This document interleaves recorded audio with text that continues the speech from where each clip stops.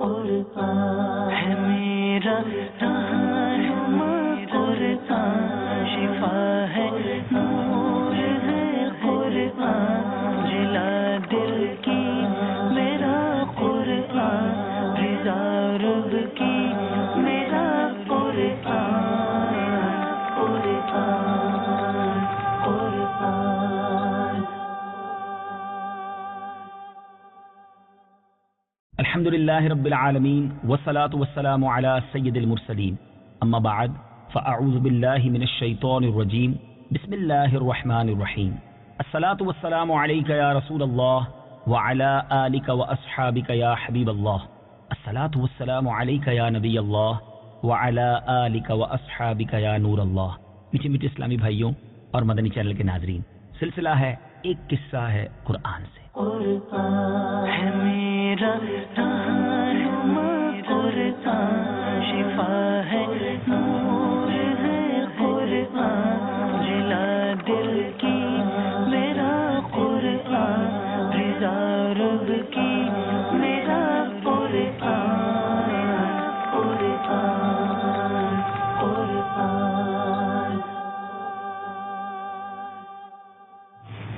اور اس سلسلے میں ہم مختلف موضوعات پر بڑے پیارے پیارے واقعات بھی سنتے ہیں، بڑے انوکھے اور بعض اوقات تو دل دہلانے والے واقعات سنتے ہیں، مگر یہ سب کچھ ہے قرآن میں۔ قرآن کی کیا بات ہے۔ آئیے آج ایک ایسی گائے کے بارے میں سننا ہے۔ ویسے بھی بقرعید کے دنوں میں ہم جانور خریدنے جاتے ہیں، لیکن جس گائے کا تذکرہ آج میں نے کرنا ہے، قرآن مجید کے ذریعے کرنا ہے، وہ دنیا کی سب سے قیمتی گائے ہے۔ جی ہاں، اس سے مہنگی گائے دنیا میں کبھی فروخت نہ ہوئی ہوگی اور شاید کبھی نہ ہو۔ ایسا کیا واقعہ تھا؟ وہ گائے کون سی تھی اور کتنی مہنگی فروخت ہوئی؟ آئیے سنتے ہیں۔ اور یہ واقعہ سورہ بقرہ میں موجود ہے، اور آپ جانتے ہیں قرآن پاک کی سب سے بڑی سورت سورہ بقرہ ہے، اور بقرہ کا جو معنی ہے وہ گائے ہے، یعنی گائے والی سورت۔ اس کو اسی گائے کی وجہ سے کہا جاتا ہے۔ اور اس کا واقعہ یہ ہے کہ بنی اسرائیل میں ایک بہت ہی نیک اور صالح بزرگ تھے۔ ان کا ایک ہی بچہ تھا جو نابالغ تھا، اور ان کے پاس فقط ایک گائے کی بچیا تھی۔ ان بزرگ نے اپنی وفات کے وقت اس بچیا کو جنگل میں لے جا کر ایک جھاڑی کے پاس جا کر یہ کہہ کر اس گائے کو چھوڑ دیا کہ یا اللہ عز و جل، میں اس بچیا کو تیری امانت میں دیتا ہوں، میرا بچہ نابالغ ہے، جب وہ بالغ ہو جائے تب اسے یہ گائے واپس لوٹا دی جائے۔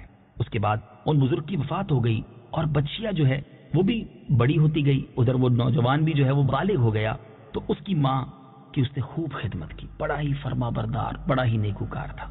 اب اس نے اپنی رات کو کس طرح تقسیم کیا تھا؟ خدمت بھی کرتا تھا تو کیا نرالا انداز تھا کہ اس نے اپنی رات کو 3 حصوں میں تقسیم کر رکھا تھا۔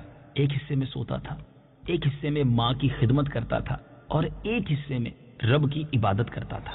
روزانہ صبح جنگل سے لکڑیاں کاٹ کر لاتا۔ اپنی کمائی کو بھی اس نے 3 حصوں میں تقسیم کیا تھا، یعنی اپنی کمائی کا ایک حصہ اپنی ذات پر خرچ کرتا، ایک حصہ اپنی والدہ کو پیش کر دیتا، اور ایک حصہ راہ خدا میں صدقہ و خیرات کیا کرتا تھا۔ اب ایک دن لڑکے کی ماں نے اپنے بیٹے سے کہا کہ بیٹا، تمہارے باپ نے میراث میں ایک بچیا چھوڑی تھی جس کو انہوں نے فلاں جھاڑی کے پاس جنگل میں اللہ عز و جل کی امانت میں سونپ دیا تھا۔ اب تم اس جھاڑی کے پاس جا کر، گویا درخت کے پاس جا کر اللہ عز و جل کی بارگاہ میں دعا مانگو کہ اے ابراہیم اور اسماعیل اور اسحاق علیہ السلام کے رب، تو میرے باپ کی سونپی ہوئی امانت مجھے واپس دے دے۔ اور اس بچیا کی نشانی یہ ہے کہ وہ پیلے رنگ کی ہے، اور اس کی خال اس طرح چمک رہی ہوگی کہ گویا سورج کی کرنیں اس میں سے نکل رہی ہیں۔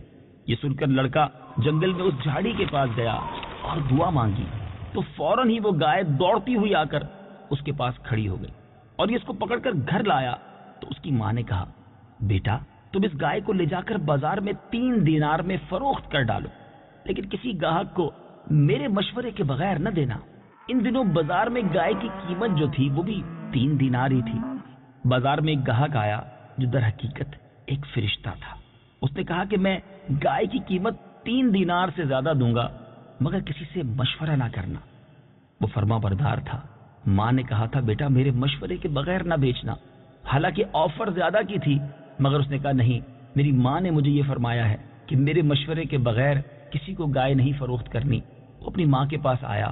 آنے کے بعد والدہ کو کہا کہ ماں، ایک شخص آیا تھا اور اس نے 3 دینار سے زیادہ کی آفر دی ہے۔ تو والدہ نے کہا کہ بیٹا، یہ گاہک شاید کوئی فرشتہ ہوگا، تو اے بیٹا تم اس سے مشورہ کرو کہ ہم اس گائے کو ابھی فروخت کریں یا نہ کریں۔ یہ نوجوان دوبارہ بازار گیا، وہی گاہک آیا جو کہ دراصل فرشتہ تھا۔ اس بچے نے، اس نوجوان نے اس فرشتے سے پوچھا کہ آپ ہی بتا دیں کہ اس گائے کو ہم فروخت کریں یا نہ کریں۔ فرشتے نے کیا کہا کہ ابھی فروخت نہ کرو، آئندہ اس گائے کو حضرت موسیٰ علیہ السلام کے لوگ خریدیں گے۔ تم اس گائے کے چمڑے میں سونا بھر کر قیمت طلب کرنا، وہ لوگ تمہیں اتنی ہی قیمت ادا کریں گے۔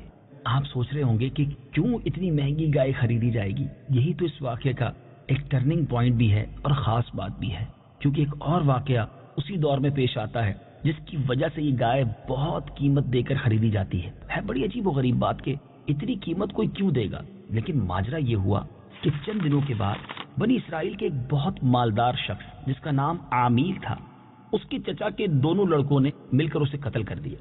اس کی لاش کو ایک ویرانے میں ڈال دیا۔ اب صبح سارے لوگ پریشان، قاتل کی تلاش شروع ہوئی مگر قاتل ملتے ہی نہیں تھے، پتہ ہی نہیں چلا کہ کس نے مارا ہے۔ اب یہ لوگ حضرت موسیٰ علیہ السلام کے پاس آئے کہ حضور آپ ہمیں بتائیں کہ ہم قاتل کو تلاش کریں تو کریں کیسے؟ آپ نے فرمایا کہ گائے ذبح کرو، اس کی زبان یا دم کی ہڈی سے لاش کو مارو تو وہی لاش زندہ ہو کر اپنے قاتل کا پتہ بتا دے گی۔ بڑا سمپل تھا، مگر اب اس قوم نے ایک عجیب کام یہ کیا کہ کوسچنز کرنے شروع کیے، سوالات کرنے شروع کیے۔ بنی اسرائیل نے کہا کہ گائے کا رنگ بتائیں، اس کی عمر وغیرہ، اور اس کے اندر بہت قریت کرنا شروع کر دی۔ اور بالآخر جب وہ اچھی طرح سمجھ گئے کہ فلاں قسم کی، فلاں کلر کی، فلاں عمر کی اور اس طرح کی گائے چاہیے، تو اب تلاش شروع کر دی۔ جب یہ تلاش کرتے کرتے اس لڑکے کے پاس پہنچے تو بالکل وہی گائے اس کے پاس تھی جس کا حضرت موسیٰ علیہ السلام نے ان کی پوری ڈیفینیشن بتائی تھی، پوری تفصیل بتائی تھی۔ جب یہ اس گائے کے پاس پہنچے تو گائے کہا ہمیں بیچ دو، تو اس نوجوان نے کہا کہ اس کے چمڑے میں، یعنی اس گائے کے جو چمڑا ہے اس کے اندر سونا بھر کر قیمت دو گے تب میں یہ گائے تمہیں دوں گا۔ بہرحال یہ ڈیل ہو گئی، ان لوگوں نے اس نوجوان کو یہ سونا دیا اور یہ گائے خرید کر واپس لے گئے۔ اور اب جناب اسی گائے کی زبان یا دم کی ہڈی مقتول کی لاش پر جب ماری گئی تو مقتول جو تھا، وہ مردہ جو تھا، وہ زندہ ہوا، اور اس نے زندہ ہو کر بتایا کہ میرے قاتل میرے چچا کے دونوں لڑکے ہیں جنہوں نے میرے مال کی لالچ میں مجھ کو قتل کر دیا ہے۔ یہ بتا کر وہ پھر مر گیا۔ چنانچہ ان دونوں قاتلوں کو قصاص میں قتل کر دیا گیا، اور مرد صالح کا لڑکا جو اپنی ماں کا فرما بردار تھا اس مال سے، اس دولت سے مالا مال ہو گیا۔ میٹھے میٹھے اسلامی بھائیوں، ہے نا عجیب واقعہ؟ یہ ہمارے قرآن میں موجود ہے، لیکن اس واقعے سے بہت سارے درس ملتے ہیں۔ آئیے چند مدنی پھول قرآن پاک کے فیضان سے آپ کی طرف پڑھاتا ہوں، آپ بھی اپنے دل کے مدنی گلدستے میں سجاتے جائیے۔ لیکن اس سے پہلے کہ اس واقعے سے ہم مدنی پھول چنیں، کیوں نہ قرآن پاک میں یہ واقعہ کہاں اور کیسے موجود ہے، تلاوت قرآن مجید سنتے ہیں اور آئیے اس کا ترجمہ سنتے ہیں۔ وَإِذْ قَالَ مُوسَى لِقَوْمِهِ إِنَّ اللَّهَ يَأْمُرُكُمْ أَن تَذْبَحُوا بَقَرَةً قَالُوا أَتَتَّخِذُنَا هُزُوًا قَالَ أَعُوذُ بِاللَّهِ أَنْ أَكُونَ مِنَ الْجَاهِلِينَ۔ ترجمہ: اور یاد کرو جب موسیٰ نے اپنی قوم سے فرمایا بے شک اللہ تمہیں حکم دیتا ہے کہ ایک گائے ذبح کرو، تو انہوں نے کہا کہ کیا آپ ہمارے ساتھ مذاق کرتے ہیں؟ موسیٰ نے فرمایا میں اللہ کی پناہ مانگتا ہوں کہ میں جاہلوں میں سے ہو جاؤں۔ قالوا ادع لنا ربك يبين لنا ما هي قال إنه يقول إنها بقرة لا فارض ولا بكر عبان بين ذلك فافعلوا ما تؤمرون۔ ترجمہ: انہوں نے کہا کہ آپ اپنے رب سے دعا کیجئے کہ وہ ہمیں بتا دے کہ وہ گائے کیسی ہے۔ فرمایا اللہ فرماتا ہے کہ وہ ایک ایسی گائے ہے جو نہ تو بوڑھی ہے اور نہ بالکل کم عمر، بلکہ ان دونوں کے درمیان ہو، تو وہ کرو جس کا تمہیں حکم دیا جا رہا ہے۔ قالوا ادع لنا ربك يبين لنا ما لونها قال إنه يقول إنها بقرة صفراء فاقع لونها تسر الناظرين۔ ترجمہ: تو انہوں نے کہا آپ اپنے رب سے دعا کیجئے کہ وہ ہمیں بتا دے اس گائے کا رنگ کیا ہے۔ فرمایا کہ اللہ فرماتا ہے کہ وہ پیلے رنگ کی گائے ہے جس کا رنگ بہت گہرا ہے، وہ گائے دیکھنے والوں کو خوشی دیتی ہے۔ قالوا ادع لنا ربك يبين لنا ما هي إن البقرة تشابه علينا وإنا إن شاء الله لمهتدون۔ ترجمہ، انہوں نے کہا آپ اپنے رب سے دعا کیجئے کہ ہمارے لیے واضح طور پر بیان کر دے کہ وہ گائے کیسی ہے، کیونکہ بے شک گائے ہم پر مشتبہ ہو گئی ہے، اور اگر اللہ چاہے گا تو یقیناً ہم راہ پا لیں گے۔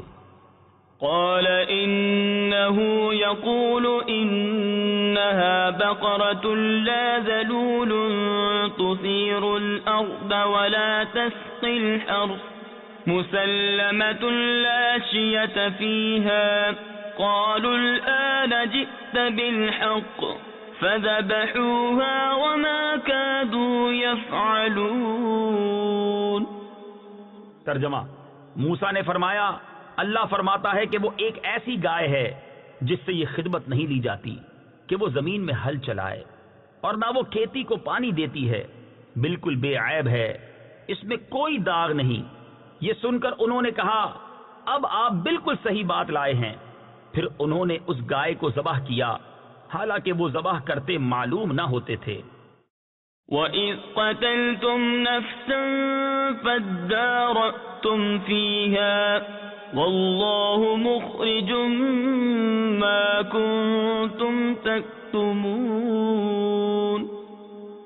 ترجمہ، اور یاد کرو جب تم نے ایک شخص کو قتل کر دیا، پھر اس کا الزام کسی دوسرے پر ڈالنے لگے، حالانکہ اللہ ظاہر کرنے والا تھا اس کو جسے تم چھپا رہے تھے۔ فَقُلْنَا اضْرِبُوهُ بِبَعْضِهَا كَذَلِكَ يُحْيِي اللَّهُ الْمَوْتَى وَيُرِيكُمْ آيَاتِهِ لَعَلَّكُمْ تَعْقِلُونَ۔ ترجمہ، تو ہم نے فرمایا کہ اس مقتول کو اس گائے کا ایک ٹکڑا مارو، اسی طرح اللہ مردوں کو زندہ کرے گا اور وہ تمہیں اپنی نشانیاں دکھاتا ہے تاکہ تم سمجھ جاؤ۔ اب آئیے یہ سمجھنے کی کوشش کرتے ہیں کہ اس مبارک واقعے سے، بلکہ دوسرے لفظوں میں کہا جائے کہ سورہ بقرہ کو سورہ بقرہ کیوں کہا جاتا ہے، اس بنیاد پر جو یہ واقعہ ہے، اس وجہ پر جو یہ واقعہ ہے، یعنی گائے والی صورت، اس گائے والے واقعے کو ہم نے سنا۔ اب ہم نے سیکھا کیا ہے؟ میٹھے میٹھے اسلامی بھائیوں، ایک اہم بات کہ خدا کے نیک بندوں کے چھوڑے ہوئے مال میں بڑی خیر و برکت ہوتی ہے۔ بظاہر تو ایک بچیاں ہی چھوڑی تھی نا، مگر نیک آدمی تھے، صالح تھے، اللہ کے فرما بردار تھے، تھوڑا چھوڑا تھا، حلال چھوڑا تھا، اللہ نے کتنی برکت دی کہ وہ نوجوان یعنی اس کا بیٹا جو ہے وہ مالا مال ہو گیا، پوری گائے کے بدلے سمجھ لے اس کے وزن کے مطابق سونا مل گیا۔ تو پتہ یہ چلا بعض لوگ جو یہ سوچتے ہیں کہ مجھے اولاد کے لیے بہت کچھ چھوڑ کے جانا ہے اور اس کے لیے حرام بھی کماتے ہیں، یہ نہیں سوچنا چاہیے۔ تھوڑا ہوگا، حلال ہوگا اور رب راضی ہوگا، وہ تھوڑے میں بھی اللہ بہت ساری برکت ڈال دے گا۔ دوسری بات جو اس واقعے سے سیکھنے کو ملتی ہے کہ والدہ کی محبت، والدہ کی خدمت، ماں کی دعائیں کیسا کام کر دکھاتی ہیں کہ اس نوجوان نے رات بھی ماں کی خدمت کرنی ہوتی تھی اور اپنی کمائی کا ایک حصہ بھی اپنی والدہ کو پیش کرتا تھا۔ اللہ نے اس کے مال میں کتنی برکت دی کہ وہ دنیا ہی میں مالا مال ہو گیا۔ تو یاد رکھیے، اگر جس کے ماں باپ راضی ہوں، ماں باپ کی دعائیں ساتھ ہوں، دنیا بھی اچھی ہو جاتی ہے، آخرت بھی بابرکت ہو جاتی ہے۔ اسی طرح یہاں ایک اور خوبصورت بات کہ جو اپنا مال اللہ تعالیٰ کی امانت میں سونپ دے، اللہ تعالیٰ اس کی حفاظت فرماتا ہے اور اس میں بے حساب خیر و برکت عطا فرماتا ہے۔ اس مرد صالح نے دنیا سے جانے سے پہلے اپنی امانت کو، اس بچیا کو اللہ کے سپرد کر دیا تھا۔ اللہ کریم نے کیسی شاندار حفاظت فرمائی۔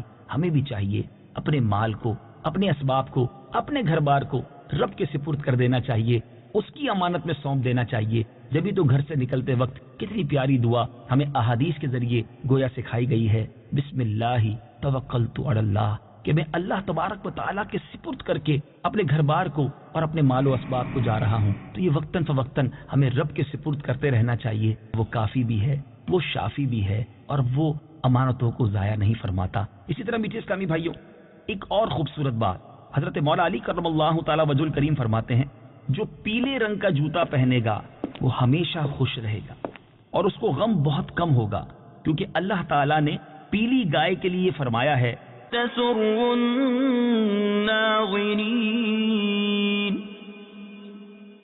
ترجمہ، وہ گائے دیکھنے والوں کو خوشی دیتی ہے۔ کیا بات ہے مولا علی کرم اللہ تعالی وجہ الکریم کے فہم القرآن کی، کہ اس واقعے سے کیا خوبصورت مدنی پھول ہمیں بتایا۔